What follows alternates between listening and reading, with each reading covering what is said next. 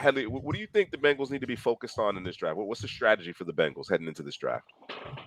I think offensive line is getting that right. I thought Joe Burrow got hit a lot too last season, so fixing the offensive line will be key. Also getting a replacement for Jessie Bates. He lost that free safety to the Falcons, so that ball hawk, that guy that could play the pass coverage deep. I think that'll be go a long way for them as well. All right, so the Bengals have the 28th overall pick. Let's get it started. Okay. Was flying. Stroud went late. Mm. Bijan to Dallas. Josh Downs to Buffalo. Was hurt. All right, Will Levis still on the board. Obviously, no need at quarterback here for Cincinnati. Headley, you mentioned the offensive line. We take a look. Anton Harrison, Dawan Jones are your top tackles available. Osiris Torrance went off the board earlier. Not sure if we want to go in that direction. Obviously, it's something to consider. We'll talk about it. At that safety position, you do have Brian Branch, right? There may be a question as to whether or not he is too similar to Dax Hill. Can they coexist? But certainly Brian Branch is the top safety in the class. There's a lot of Bengals players, key players, that are entering the last year of their deal, right? The Bengals receiving core, nobody is signed beyond 2023 other than JaMarr Chase. Joe Mixon is in the last year of his deal. Joe Burrow is going to be looking at an extension here. Of course, next year he might be playing. I doubt it'll happen this way. I'm sure he'll get extended, but he is slated for his fifth-year option in 2024. Logan Wilson needs to get paid. DJ Reader's in the last years. I mean, there's a lot. Awuzie, a lot. And so it's very important that the Bengals do a good job of obviously doing what's necessary in order to get over the hump, get back into the Super Bowl and actually come away with the Lombardi, but also preparing for the future. So it's kind of 1 foot in, 1 foot out for the Bengals this time around. Of course, as D-Kid said, there has been rumors, rumblings about the Bengals trading T. Higgins. That would be outstanding for the Giants. All right. The question is, are you willing to part with your first round pick? Because I think that's what it's going to cost in order to acquire Higgins. If you're targeting a receiver, I think he's well worth it. Right. Just let's stay there for a second. It's interesting. Where does Higgins rank among the receivers in this class? Is he receiver one for you, Heather? Yeah, he's over Addison. I think T. Higgins is a bona fide wide receiver one. I know it's going to be hard for the Bengals to pay him, but if I was the Bengals, I wouldn't trade him. I'll run it again. We're trying to win the Super Bowl, so trading good players wouldn't be my objective. But the Bengals, I think we have to draft a receiver, a tight end. We have to get some weapons because Tyler Boyd and T. Higgins might not be there next season. Exactly. And as D Kid mentioned, tight end is a position too. They did bring in Irv Smith Jr., but he's on a 1-year deal. Drew, what do you think? What are your thoughts in terms of which direction the Bengals should go in, considering who's available? Offensive line is a need there. We know Jonah doesn't want to play. Yeah, as far as Jonah Williams, he's not really part of my calculus. You're not okay. Right? Okay. He's asked for a trade. I don't know if that'll materialize. I don't know if things will smooth over, but I'm approaching this as if Jonah Williams won't be in the fold. Want to be on the team. Okay. I am open to the idea, and we did do a 7-round mock draft for the Bengals previously prior to free agency. We actually correctly anticipated them signing Orlando Brown, and we did some musical chairs in terms of the offensive line, kicking Jonah to the right, moving La'el Collins inside. I'm still for that without Jonah Williams being on the team, right? I'm still for moving La'el Collins in to guard potentially and playing another tackle, but it just depends on which direction we go in. I think with so many other needs and the way the board is situated here, I don't know if that's the best approach, but certainly something to consider. Yeah, I mean, if I'm looking at it here and you're talking about right tackle, Dawan Jones would be nice for them here. I know that they've run the ball more this year than they have in any previous year under the current OC/head coach there. So that would be a good addition for them. But I think we probably should go tight end. Everybody's screaming tight end here, so I think tight end is probably the move. And especially if you're going to lose one of those receivers, you could replace. Not saying this year, but at some point you're going to lose one of those receivers, whether it be a trade or whatever it is, or we make that run to the Super Bowl, keeping Higgins, and then we just lose them. You do have a replacement in Kincaid, who we like to call, or Juice, you coined it early before anybody else. You called him, what would you call him? Kelsey Light. Kelsey Light. Yeah. So, that's as good as a receiver. And he can do a little bit of that extra offensive line work if you wanted to. That's not his game, but he's no slouch there, if you will, in terms of Kincaid. Al Paul mentioned Kincaid or Branch. I just want to bring it up because you guys have talked about this. We've discussed this a lot. We've discussed it a lot in terms of this Darnell Washington character, right? And the unique athlete that he is and how he can be an extension of your offensive line. And he has a lot of room to grow and a lot of potential in the receiving game. Do you opt for Kincaid or do you go the Darnell Washington route here? That's a tough decision because you're talking about a guy who is a bona fide, as far as I'm concerned, he's in Washington, he's a bona fide offensive lineman. Like if he's going to fail, it's going to be in the pass game, not in him in terms of being a blocker, right? Because as far as I'm concerned, he looks pristine in doing that, and he's nasty at doing it. But it's a conversation. It is a conversation because if you get Darnell Washington in the best of both worlds in terms of pass and run, you hit a home run there in terms of the position, right? I don't know, man. Kincaid is more dynamic, DK. Yeah, he is. He is. No question about it. No question. See, my thought process is T. Higgins might not be there. Tyler Boyd's not there. Hayden Hurst is gone. Receiving weapons. We need catchers. We need pass catchers. You have Joe Burrow, one of the best quarterbacks in the league, and we need to surround him with weapons. So I would say for this team, I would select Kincaid over Washington. But maybe for another team, Washington over Kincaid. I have him right there, tight end 2, tight end 3. The upside with Washington, like we said, is tremendous. He's like another offensive line. He's a blocker, but Kincaid's the best pass catcher. My estimation, I think we need to surround Burrow with pass catchers. Okay. All right. That is the argument for Kincaid over Darnell Washington. I'm gonna continue to make this difficult on the two of you. Come on, Brian Branch. I'll mention it. No. Brian Branch. No. Hold on. Hear me out. The only tight end that's come off the board to this point is Michael Mayer, right? So we pick again at 60. There's Darnell Washington, probably be gone. Luke Musgrave, likely gone. But then we're looking at potentially Sam Laporta and Tucker Kraft, right? What's your thought process from that perspective? I like Laporta. I probably have him over Kraft, so I wouldn't be mad at Laporta at 60. My thing with Brian Branch is I don't think he's one of those ball hawking free safeties. He's kind of like a Dax Hill that's going to come up, play the slot. Similar. He can tackle really well. They're a lot similar. So maybe we look at a free safety up top, free safety later on in the draft. There's a lot of safeties defense position as well. Okay. All right. Fair enough. I can get on board with that reasoning. Jake mentioned here regarding Darnell Washington, small sample size, but we're talking over 17 yards per reception. Historically in line ahead of top guys in terms of college production with Washington. Absolutely. Yeah. Absolutely. He's a bit of a unicorn. But I do think you guys have sound reasoning. And of course, you don't have to twist my arm. Kincaid's my guy in this class. You know what I mean?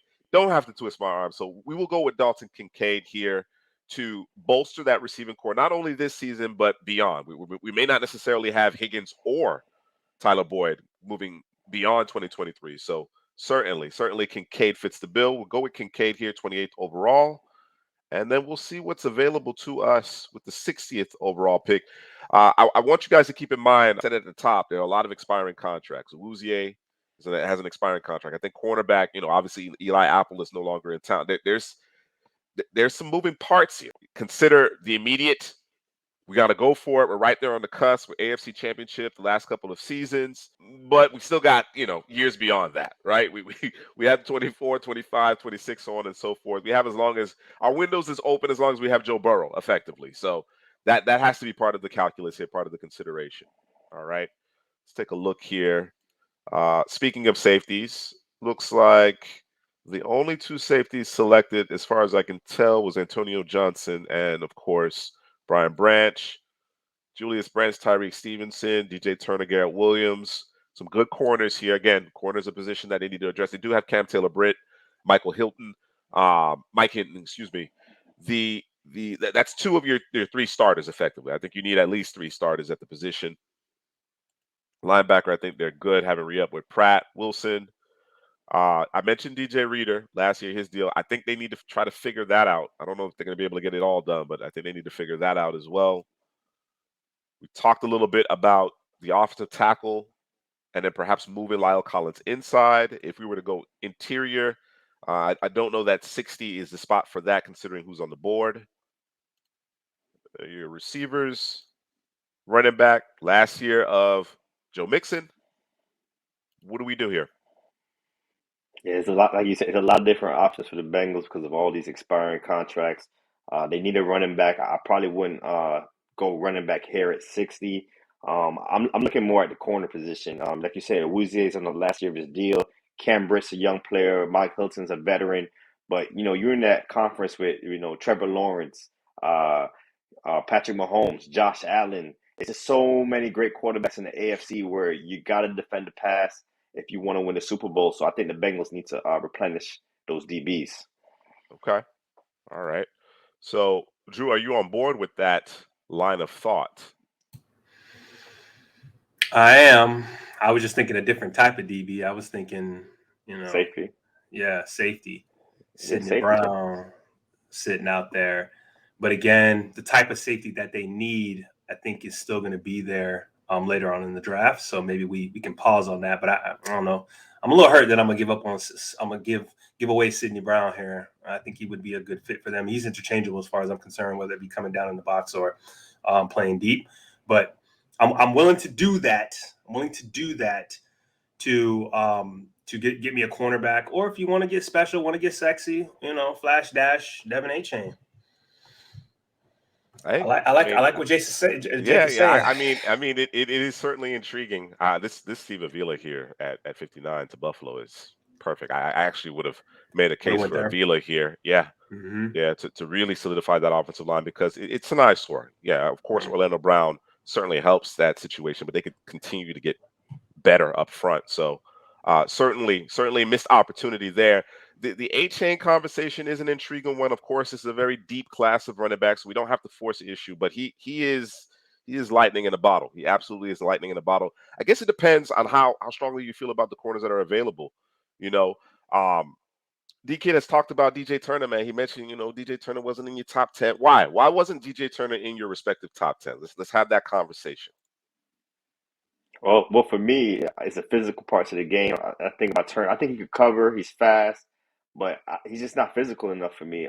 That's my reasoning. I don't know about Drew. He ran that 4.26, so he's definitely fast. He definitely could cover, but can he tackle? Is he going to set that edge? I'm not sure about that. But in this passing league, man, I think Turner's going to go in day 2 because of what he could do with his speed and his coverability. No. That is why. I think we have a type in terms of our corners. I think we're very similar when it comes to that. So if a corner is not willing to tackle or at least show the effort, let me say it that way, then it's kind of that's why Kelee Ringo is falling off the face of the earth right now. And he keeps falling. So just between him and Kelee Ringo has the size. Ringo ain't falling that far, man. The you know what I mean. You know what I mean. He was in the top 3. Now he's you're right. 10. You're right. You know what Absolutely. I'm saying? So relatively speaking, right. So and Turner doesn't have the size that right. Kelee Ringo has, right? So right. I'm gonna take the bigger guy in that scenario, right? Yeah. And the speed is, like I say, it's negligible, but I don't necessarily need you running in your calculus of corners. Right, you don't feel like 4.2 is necessary in order to be effective, right? Right, and nice. and the lack of physicality is what depresses his value for you as far as stacking up against the rest of the class. I certainly understand. DK's like, man, DJ gets a bad rap. I mean, he's oily, he's good, man. He's nice, he mirrors very well. He's a good player. But for these two guys, for Headley and Drew, not enough physicality for their taste. What's happening, DP? We see you. That's what it is. Love to have you in the building. All right. Sir. Yeah. He's always in phase. You have to give it to him. He's going to be an early day 2 pick in my mind. In my mind, he's going to be an early day 2 pick. But as Headley and Drew explained, not quite as high in their eyes. Of the corners, so we batted around the idea of A-Chain, go crazy on the offensive side of the ball, right? We do have a tackle here in Bergeron, Jalen Duncan, that might be able to fit that bill that allows us to move Lyle Collins inside. I think that would actually improve the offensive line. So that is something to consider here. But Helly, you mentioned, you want to play some pass defense. We got all these great quarterbacks, great young quarterbacks in the AFC. We need to be able to defend. So if it's not DJ Turner, then who are we talking about? Do we want the length, the size of a Julius Brents or Tyreek Stevenson? Do we want to roll the dice and pivot to one of our favorites in Garrett Williams? What's the thought process here? Got to make a decision. Well, you know how we feel about Garrett Williams. That guy's physical, click and close, ball skills. He could do it all. I think the injury kind of depressed his draft stock. But if we don't want to go Garrett Williams, I'm a fan of Julius Brents, Tyreek Stevenson as well. Those are bigger guys, physical guys. So I'm a fan of both of those guys as well. In our world, we're not moving off T. Higgins. We're going for it, right? And we'll let the chips fall where they may in the offseason as far as the potential of an extension or perhaps him moving on because we can't afford to re-sign everyone, right? So Julius Brents for you, Drew, does that work? Yeah, I'm fine with that. I like the size. I like the speed.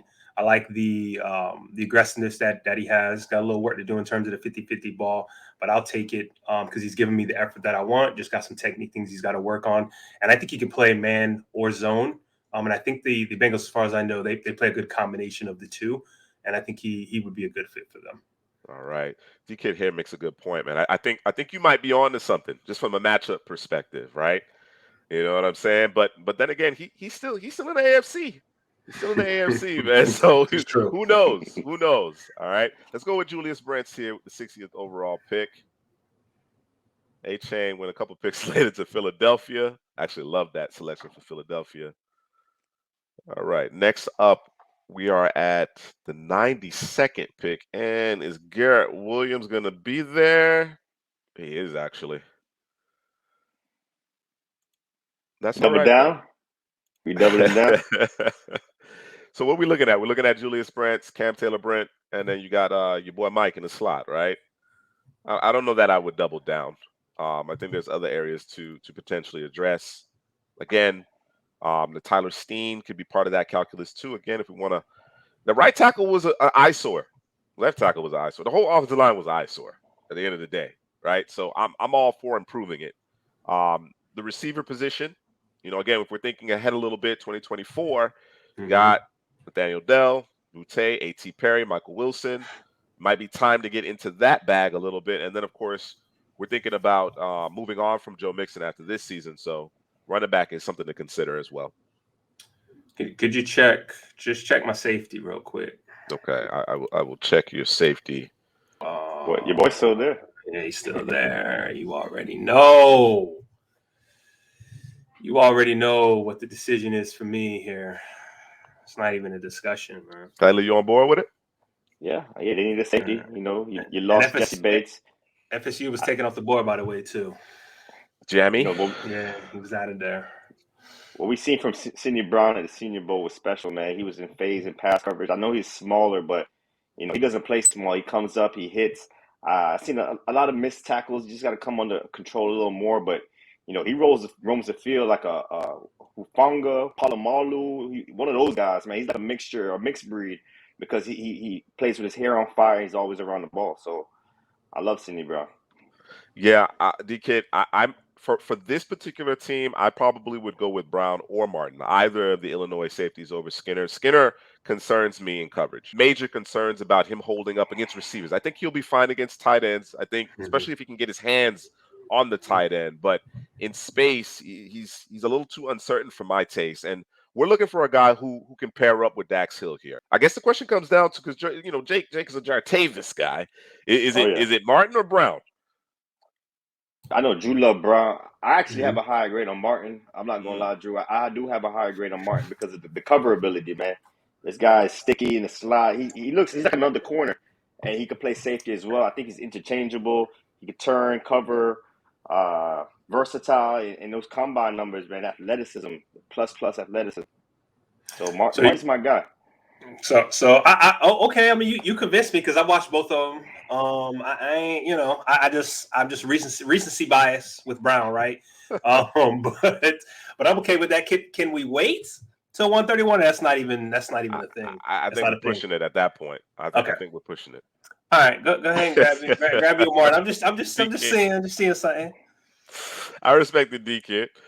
I respect it. Let's go Jartavis Martin, man. Let's go Jartavis Martin. I'm a fan of Sidney Brown. I'm not quite as concerned about his size as maybe Headley might be. I know it's not an overwhelming concern for you, Headley, but yeah. I mean, certain teams they're looking for a particular archetype. They're looking for a bigger defensive back.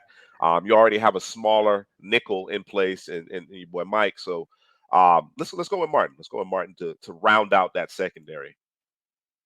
All right.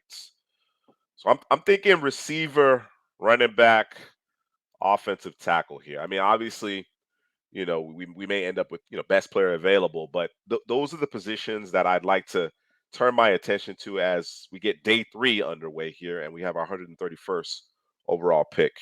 Oh, Tajay Spears. Tajay Spears. Was explosive. Yes, he is. Catch the Layman football. Bride, Sean Tucker, Drew's running back 3, Kendre Miller, Deuce Vaughn, Israel Abanikanda, my running back 3.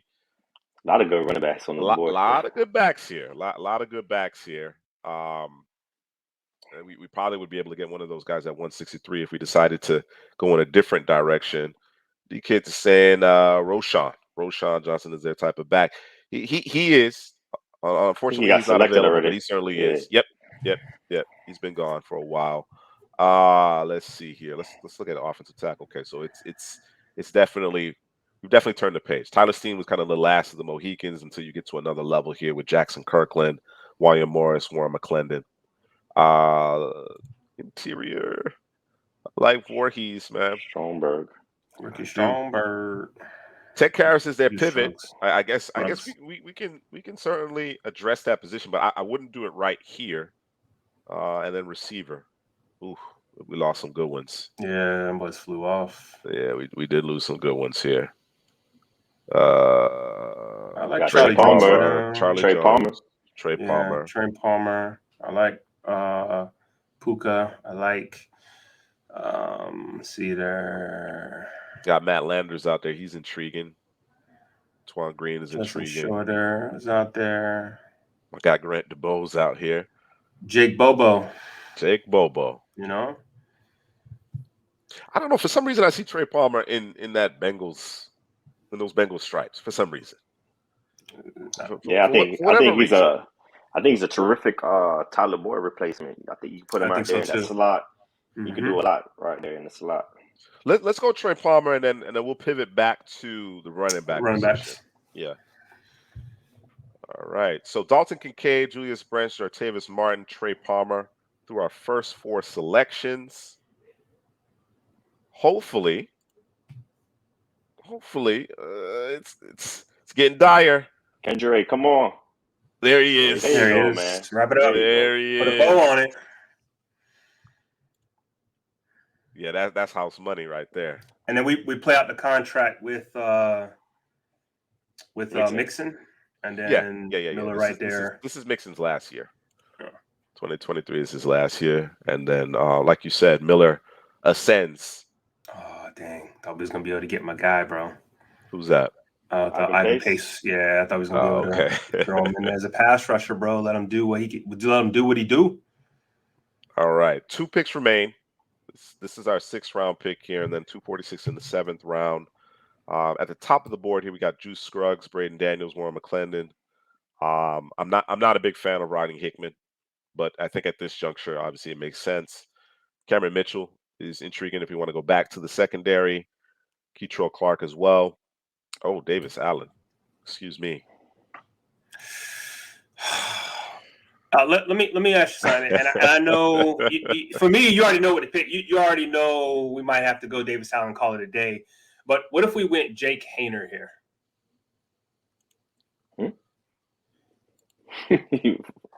Why? JaMarr gonna get hurt? I mean, obviously, and Haener is a gamer. He probably does a little too much in terms of he needs to relax, but he has the weapons here that he can get the ball to those guys, right? So I'm just thinking, I'm just trying to, I'm talking different. I'm just talking different, right? I know y'all faces, y'all ain't even acknowledging what I'm saying. I'm hearing you. We let the track breathe. All right. I'm just thinking something different. I see Davis Allen, and I think that's got to be the selection. But my thought process is though, because what is it? The top player right now is Jake Haener. Am I correct? Or is it no? Or you just had it on quarterbacks and I just had it on quarterbacks. You just had it on quarterbacks. Okay. Yeah. All right. Yeah. I wouldn't be opposed to addressing the offensive line, right? Find a guy that can provide maybe some depth and perhaps elevate, become a starter a year from now. That would kind of be my thought process here. We got Warren McClendon at the tackle position, and then quite a few intriguing guys along the interior: Drew Scruggs, Braden Daniels, Gaines, my guy McClendon Curtis. Alex Forsythe. You know, there's some interesting names here. So I that's kind of my leaning. If you wanted to make sure that you have some depth behind Pratt and Wilson, got Ventrell Miller. Isaiah Land is a pass rusher. He's kind of a tweener type. Aubrey Miller, of course, Vasia Dennis, Cam Jones, Drake Thomas, Jeremy Banks. Jeremy Banks. You like Jeremy Banks. That's our guy.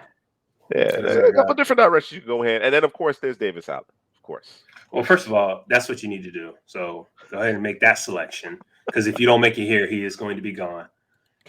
Okay. So why are we making this pick of Davis Allen? Hey, we got Kincaid. I know that's your guy, Allen. The 2 tight ends says he could block. He's a good red zone threat. He's probably he's top 3, I think, in this class in terms of tight ends, blocking tight ends, right? And I think he has the ability to make catches specifically in the red zone or specifically at the goal line. He did some work. All right, so Drew is pounding the table for Davis Allen. I just want you to communicate it so that people understand why we're going back to the well at tight end.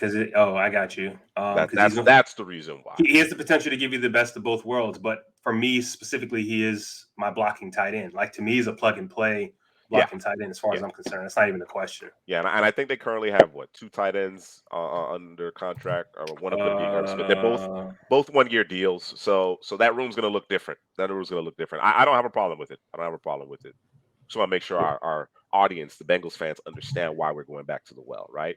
Yeah. Otherwise, they'll come for us. What about offensive line? We still haven't drafted I think there's some depth here. I wouldn't be opposed to, because Davis Allen, to Drew's point, isn't going to be available. Come back to that, finish it up with adding some depth to the offensive line. That would be my approach. Yeah. All right, let's do it.